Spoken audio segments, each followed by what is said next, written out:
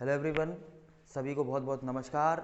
आज के video lecture में हम लोग एसी मशीन के बारे में चर्चा करेंगे। प्रीवियस वीडियो में हम लोगों ने डीसी मशीन के बारे में बहुत अच्छे से पढ़ा था, बेसिक सा अरेंजमेंट के बारे में अच्छे से जाना था। दोस्तों, आज के वीडियो लेक्चर में हम लोग एसी मशीन के बारे में जानने वाले हैं। एसी मशीन क्या होता है, इसमें स्टेटर क्या है, रोटर क्या है, कैसे काम करता है, बेसिक फिनोमेना क्या है। तो मेरे साथ शुरू से लेकर आप अंत तक बने रहिएगा और चैनल में इस वीडियो को लाइक जरूर ठोक दीजिएगा। अगर आपने चैनल को सब्सक्राइब नहीं किया है तो आराम से सब्सक्राइब कर लेना, कोई आफत नहीं आ रही है। चलो ठीक है, तो हम लोग स्टार्ट करते हैं और बेसिक कॉन्सेप्ट की यहाँ पे चर्चा करेंगे। तो सबसे पहले मैं यहाँ पे बात कर रहा हूँ एसी मशीन, है ना। और नॉर्मल हम लोग यहाँ पे लिख देंगे एसी मशीन। तो ये क्या है एसी मशीन? एसी मशीन का मतलब क्या है? देखिए दोस्तों, एसी मशीन जो होती है, मैंने कल भी बताया था आपको, दो प्रकार की होती हैं, जिनमें से सबसे पहली बात करते हैं हम सिंक्रोनस मशीन। क्या? Synchronous machine. सिंक्रोनस मशीन सबसे पहली होती है सिंक्रोनस, और दूसरी होती है आसिंक्रोनस मशीन। दोस्तों, कौन सी होगी? आसिंक्रोनस मशीन। तो जब भी एसी मशीन शब्द का बारे में आपसे पूछा जाए तो आप कह देना ये दो प्रकार की होगी, सिंक्रोनस, असिंक्रोनस। जितना हम आपको बता रहे हैं बस आप सुनते रहिएगा, आपको एक एक चीज बहुत अच्छे से बेसिक क्लियर हो जाएगी। जो सिंक्रोनस का मतलब होता है, इसका मतलब होता है इक्वल टाइम, यानी कि इक्वल टाइम। इसका मतलब जो इक्वल टाइम से काम करे, है ना। इसका मतलब हो गया अनइक्वल टाइम। क्या हो गया? Unequal time. इसका मतलब क्या हुआ दोस्तों? इसका मतलब ये हुआ जिसमें समय बराबर हो, यानी कि जिसमें सिंक्रोनस की स्पीड रोटर की स्पीड के बराबर हो जाए। इसका मतलब रोटर स्पीड, मैंने क्या बोला? रोटर की स्पीड, रोटर की स्पीड बराबर हो जाए सिंक्रोनस स्पीड के, सिंक्रोनस स्पीड के। तो ऐसी मोटर को हम लोग या ऐसी मशीन को हम लोग सिंक्रोनस मशीन कहते हैं। और लेकिन जिसमें रोटर की स्पीड, रोटर की स्पीड कम हो, किससे कम हो दोस्तों? सिंक्रोनस स्पीड से कम हो। किससे हो? सिंक्रोनस, सिंक्रोनस स्पीड, है ना। तो मैं हिंदी इंग्लिश दोनों में लिख दे रहा हूं, आपको पता हो, समझ में आना चाहिए। जिन बच्चों को नहीं मालूम, सिंक्रोनस मतलब सिर्फ हिंदी में अपन लोग सिंक्रोनस ही बोलेंगे और नॉर्मली ये सिंक्रोनस ही होती है। तो यहाँ पे अगर रोटर की स्पीड सिंक्रोनस स्पीड के बराबर है तो ये सिंक्रोनस मोटर है। अगर रोटर की स्पीड सिंक्रोनस की स्पीड से कम है तो ये असिंक्रोनस मोटर है। इन सब का मतलब क्या है, एक एक चीजों को हम लोग जानेंगे। अगर रोटर की स्पीड को व्यक्त करते हैं एन आर से, अगर ये बराबर हो जाए एन एस के। क्या बोला मैंने? अगर रोटर की स्पीड एन आर है और ये बराबर हो गई एन एस के, तो इस प्रकार की जो मोटर होगी ये सिंक्रोनस मोटर होगी, क्योंकि यहाँ पे रोटर की स्पीड सिंक्रोनस स्पीड के बराबर हो गई। इसी प्रकार से अगर मैं बात कर रहा हूँ रोटर की स्पीड सिंक्रोनस स्पीड से कम हो जाए तो इस प्रकार की मोटर को हम लोग क्या बोलेंगे? इसको बोलेंगे असिंक्रोनस मोटर। आपकी जानकारी के लिए बता दूं कि असिंक्रोनस मशीन जो होती है इसी को हम लोग बोलते हैं इंडक्शन मशीन। क्या बोलते हैं दोस्तों? Induction machine, induction machine. तो ये दो प्रकार की हो गई, यानी कि एसी मशीन दो प्रकार की हो गई, एक तो सिंक्रोनस मशीन, एक असिंक्रोनस मशीन। ये जो सिंक्रोनस मशीन है ये सिंगल फेज और थ्री फेज ये दोनों सप्लाई पे काम करती हैं। इसी प्रकार से ये हमारे पास जो दूसरी वाली है इंडक्शन, यानी कि असिंक्रोनस, इसी को असिंक्रोनस भी बोलते, ये भी सिंगल फेज और थ्री फेज दोनों पे काम करती है। तो थ्री फेज इंडक्शन मशीन अलग होती हैं, सिंगल फेज अलग होती हैं। इसी प्रकार से सिंक्रोनस भी सिंगल फेज अलग होंगी और इंडक्शन भी अलग होंगी।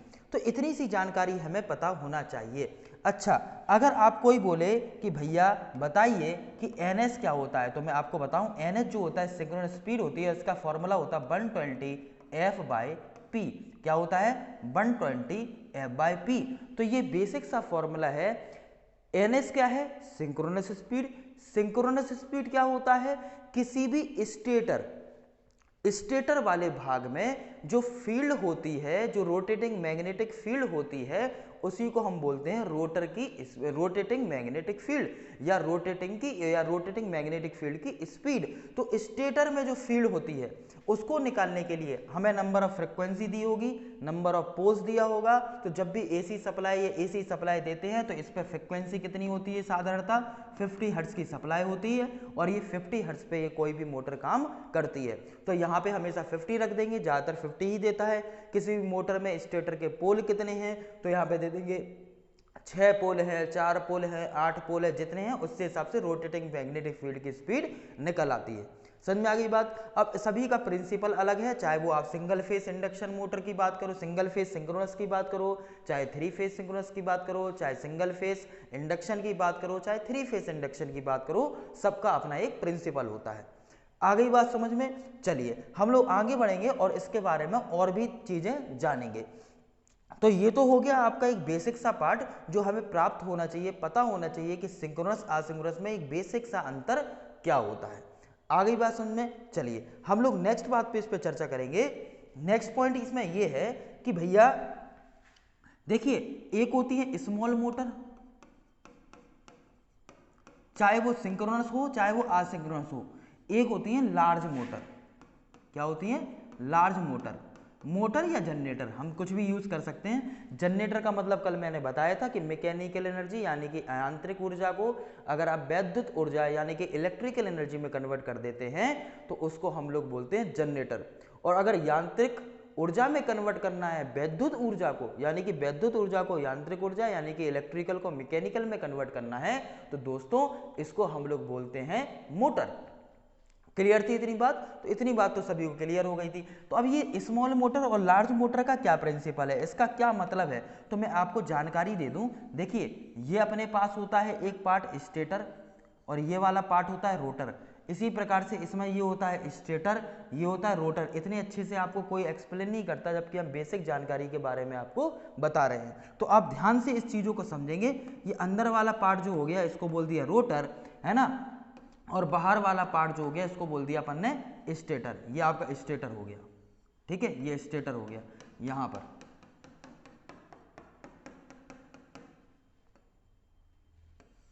इसमें भी हम लोग ऐसे ही कर देंगे, बिल्कुल ठीक है। एक बेसिक सा अरेंजमेंट बता रहे, स्टेटर और रोटर क्या होता है। रोटर जो घूमने वाला पार्ट होता है, स्टेटर जो आपका यहाँ पे फिक्स होता है, ठीक है। तो अगर ध्यान से हम देखें तो स्मॉल मोटर में जो ऊपर होता है ये, तो इसमें जो भी बाइंडिंग होती है, यहाँ पर जो भी बाइंडिंग होती है, इस बाइंडिंग को हम लोग बोलते हैं फील्ड बाइंडिंग। दोस्तों क्या बोलते हैं? Field binding. तो यहाँ पर कौन सी बाइंडिंग होती है? Field binding. ये फील्ड बाइंडिंग कहाँ पे होगी? फील्ड बाइंडिंग होगी स्टेटर में। इसी प्रकार से अगर हम इसकी बात करें, किसकी? अगर लार्ज मोटर की बात करें तो लार्ज मोटर में जस्ट उल्टा होता है। यहाँ पे फील्ड बाइंडिंग नहीं होती, यहाँ पे फील्ड की जगह होती है आर्मेचर बाइंडिंग। कौन सी बाइंडिंग? Armature binding. कौन सी होगी मित्रों? Armature binding. ठीक है साहब, ये बात डिस्कस कर ली अपन ने। अगर हम आपसे बोल दें कि ये है रोटर और रोटर में जो पोल्स लगे हुए हैं, इन पोल्स के कारण से जो इसमें बाइंडिंग की गई है, आर्मेचर के स्ट्रक्चर पे बाइंडिंग की गई है, इसमें जो बाइंडिंग होगी वो किस प्रकार की होगी? तो इसको बोलते हैं दोस्तों आर्मेचर बाइंडिंग। कौन सी बाइंडिंग? Armature binding. क्या बोलते हैं? Armature binding. ध्यान से सुनेंगे सभी लोग। और जो लार्ज मोटर होती हैं इसमें ये लार्ज बाइंडिंग होती है। यहाँ पर कौन सी बाइंडिंग होगी? यहाँ पे होगी आपके पास फील्ड बाइंडिंग। कौन सी बाइंडिंग? Field binding. ये फील्ड बाइंडिंग यहाँ पर होगी, ठीक है। तो अपन को एक बेसिक सी चीज पता होना चाहिए स्मॉल मोटर और लार्ज मोटर के केस में, कि छोटी मोटर जो होती हैं और बड़ी हैवी मोटर्स होती है उसमें बाइंडिंग का फर्क है। इस बीच वाले पार्ट में होती है फील्ड बाइंडिंग, बाहर होती है आर्मेचर बाइंडिंग। इसी प्रकार से स्मॉल मोटर में बाहर होती है फील्ड बाइंडिंग, अंदर होती है आर्मेचर बाइंडिंग, जो कि पूरे मोटर में सबसे बेसिक सा पार्ट है। चलिए इसके बीच में इसे क्या बोलते हैं दोस्तों? इसे बोलते हैं हम लोग एयर गैप। एयर गैप मतलब इसके बीच में एयर होती है, इसमें भी क्या होगा? एयर गैप होगा। अब ये मोटर या तो सिंगल फेस पे चलती है या 3 फेस पे, लेकिन ज्यादातर जो स्मॉल मोटर होती हैं वो सिंगल फेस पे काम करती हैं। किस पे काम करती हैं? सिंगल फेस पे। और जो बिग मोटर होती हैं, बड़ी मोटर होती हैं, हैवी मोटर होती हैं, हमेशा किस पे काम करती हैं? ये 3 फेस सप्लाई पे काम करती हैं। किस पे काम करती हैं? 3 फेस सप्लाई। तो सिंक्रोनस मोटर जो होती हैं या इंडक्शन मोटर जो होती हैं वो इन्हीं में से होती हैं। अगर ये सिंगल फेस हैं, अगर सिंगल फेस स्मॉल मोटर है और सिंगल फेस में हम लोग बात कर रहे हैं सिंक्रोनस की, तो सिंक्रोनस मोटर सिंगल फेस में कौन कौन सी होगी? तो इसको मैं आपको थोड़ा सा और अच्छे से एक्सप्लेन कर दूं। तो अगर एक्सप्लेन करूं तो इसको देखिए, ध्यान देंगे जरा सभी लोग। देखिए, तो यहां पर हम लोग समझेंगे कि अगर सिंगल फेस मोटर की बात कर रहे हैं तो सिंगल फेस में सिंक्रोनस में कौन कौन आता, सिंक्रोनस, और दूसरी हम बात करेंगे यहां पे इंडक्शन की, है ना।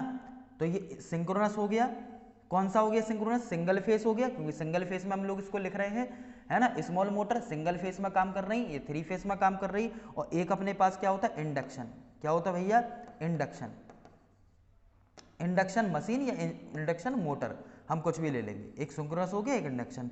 इसी प्रकार से इसमें भी चलेगा सिंक्रोनस, और इसमें भी क्या होगा आपके पास, इसमें भी आपका पास होगा इंडक्शन, है ना, इंडक्शन मशीन। तो अगर हम इसके पार्ट लेंगे सिंगल फेस के, क्योंकि सिंगल फेस तो कई प्रकार से काम कर सकता है, कई हो सकते, तो सिंक्रोनस जो होता है सिंगल फेस में जो सिंक्रोनस मशीन होती है वो होती है रिलक्टेंस मोटर, रिलक्टेंस मोटर, और होती है हिस्टैरिसीस मोटर। ये क्वेश्चन बहुत पेपर में पूछा भी जाता है। अगर आप इलेक्ट्रिकल इलेक्ट्रॉनिक्स से रिलेटेड स्टूडेंट हैं तो आपको मशीन के बारे में इतनी तो जानकारी होना ही चाहिए। अगर हम बात कर रहे हैं इंडक्शन, तो भैया इंडक्शन में आपके आता है स्प्लिट मोटर, स्प्लिट मोटर या स्प्लिट टाइप मोटर या शेडेड पोल मोटर। इसको इसी प्रकार से हिंदी में लिखें तो भैया लिख देंगे शेडेड पोल मोटर। आप लोग इसको हिंदी में भी लिख सकते हो अपनी कॉपी में, इसे स्प्लिट मोटर बोलते हैं, इसको बोलते हैं कैपेसिटर मोटर। जैसे कल मेरे पास कुछ कमेंट भी आ रहे थे कि कुछ बच्चे बोल रहे थे सर इंग्लिश में लिखिएगा, कुछ बच्चे बोल रहे थे सर हिंदी में लिखिएगा, तो मैं मिक्स कर दे रहा हूँ, आप अपने हिसाब से उसको लिख सकते हो, समझ में आ जाएगा। मैं बोलता भी जा रहा हूँ, अगर जिनको प्रॉब्लम आती है, जैसे कोई इंग्लिश मीडियम वाला स्टूडेंट देख रहा है और हिंदी इंग्लिश में लिखना चाहता है, तो हिंदी में जो भी बोल रहा हूँ वो आप लिख सकते हो। तो शेडेड को हम लोग नॉर्मल लिख सकते हैं, शेडेड, है ना। इसे कैपेसिटर मोटर, या नेक्स्ट एक और होती है अपने पास कैपेसिटर स्टार्ट कैपेसिटर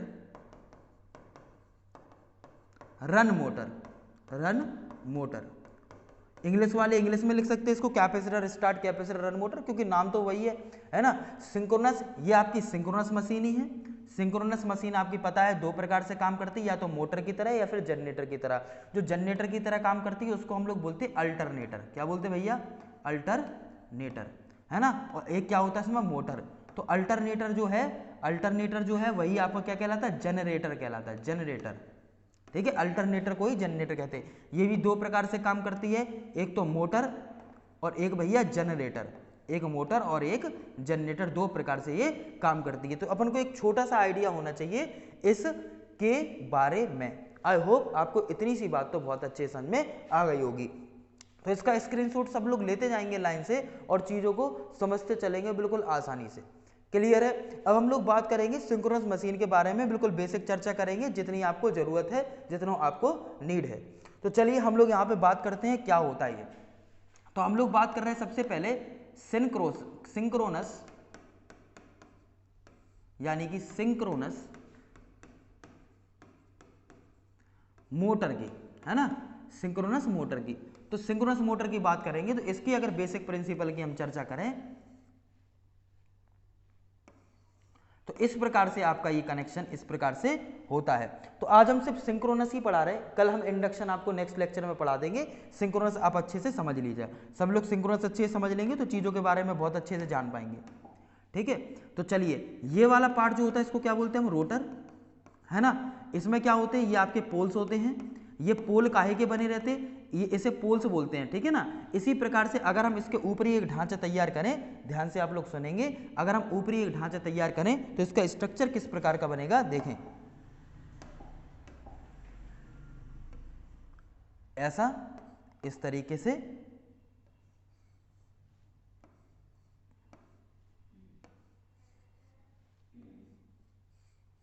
ये हमने कनेक्शन ऐसा बना दिया।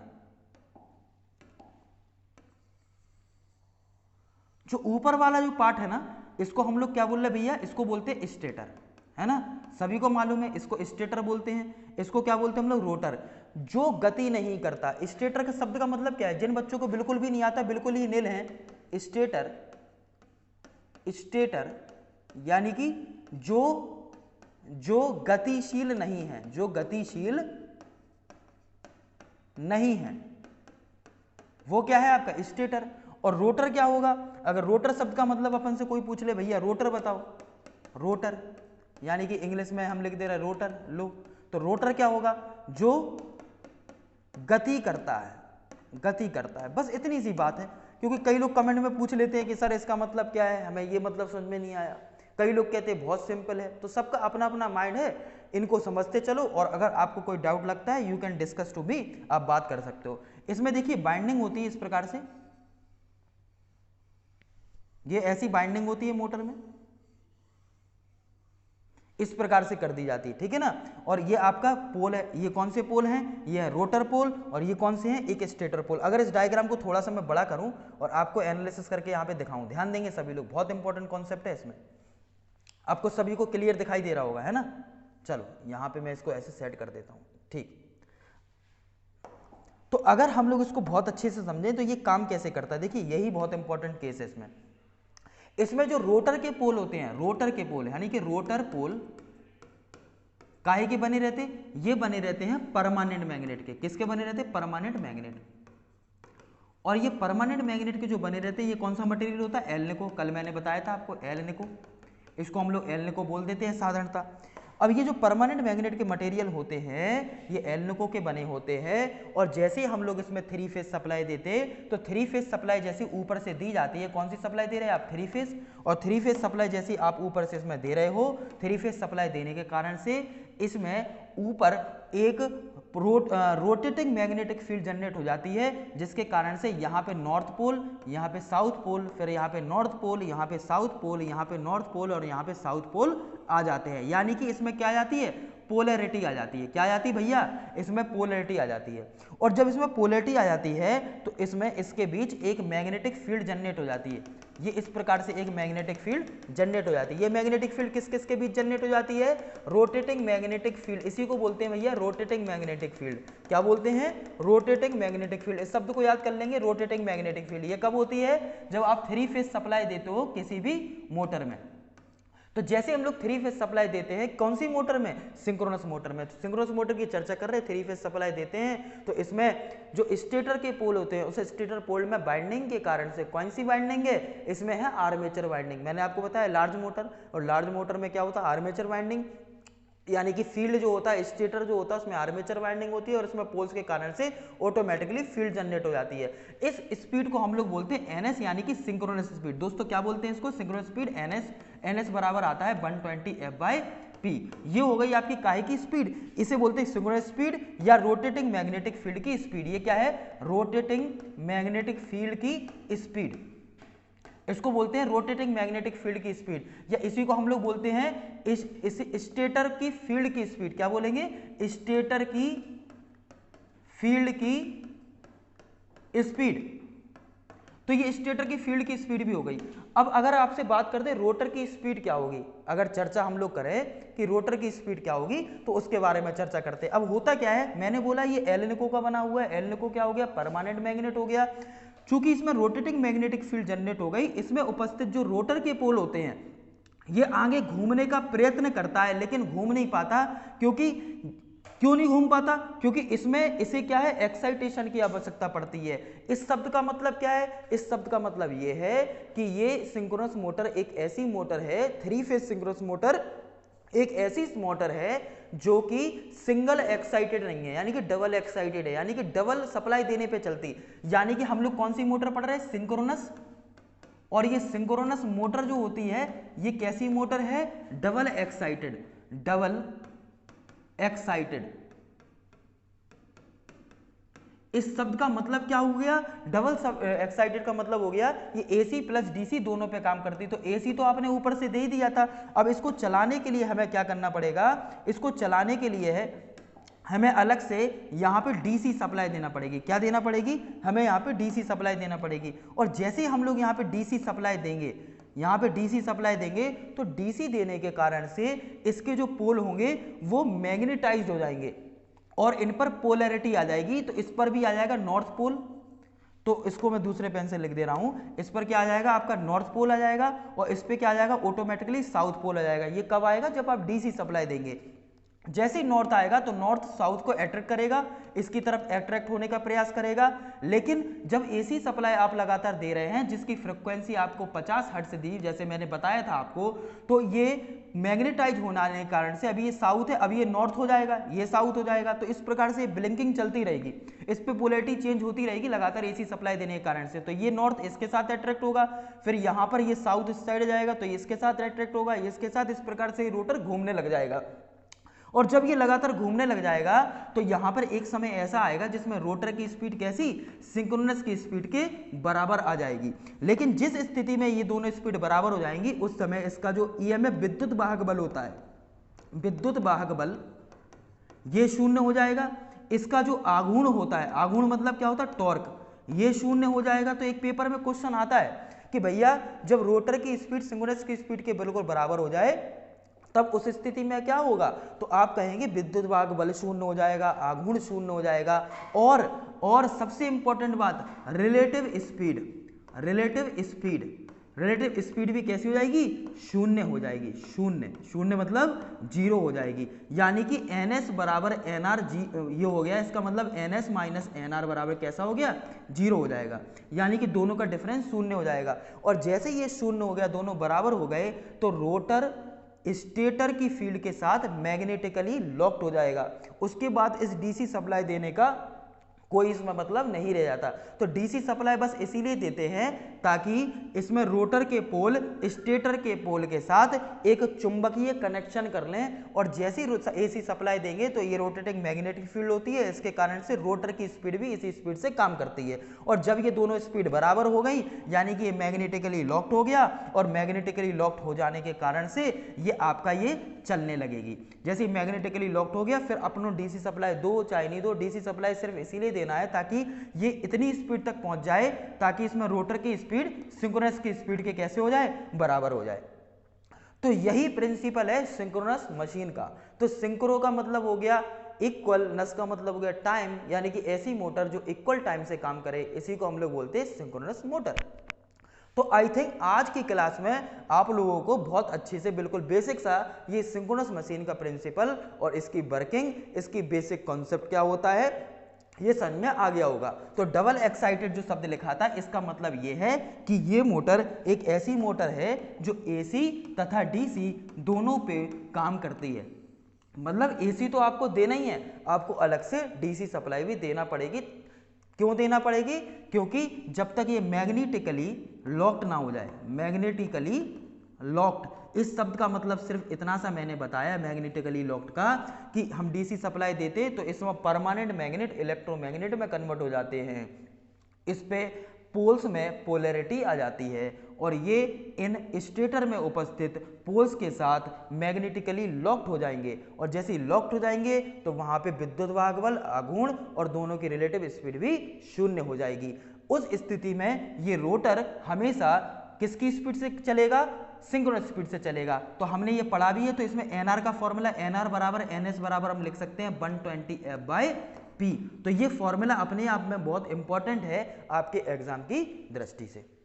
आई थिंक आज की क्लास में आपको इतना बहुत अच्छे समझ में आ गया होगा। अगले लेक्चर में हम लोग बात करेंगे इंडक्शन मशीन के बारे में और सिंक्रोनस और जनरेटर के बेसिक कॉन्सेप्ट के बारे में।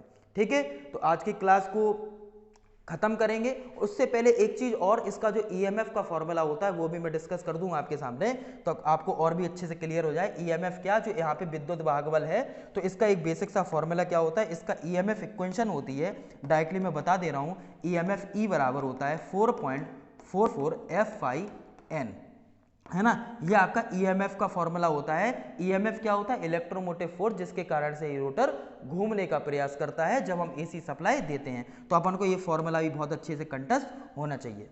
ओके दोस्तों, नमस्कार, शुक्रिया, आदाब, जय Hind. If you like this, subscribe the channel, share the video. नमस्कार, शुक्रिया, आदाब, जय हिंद। Thank you.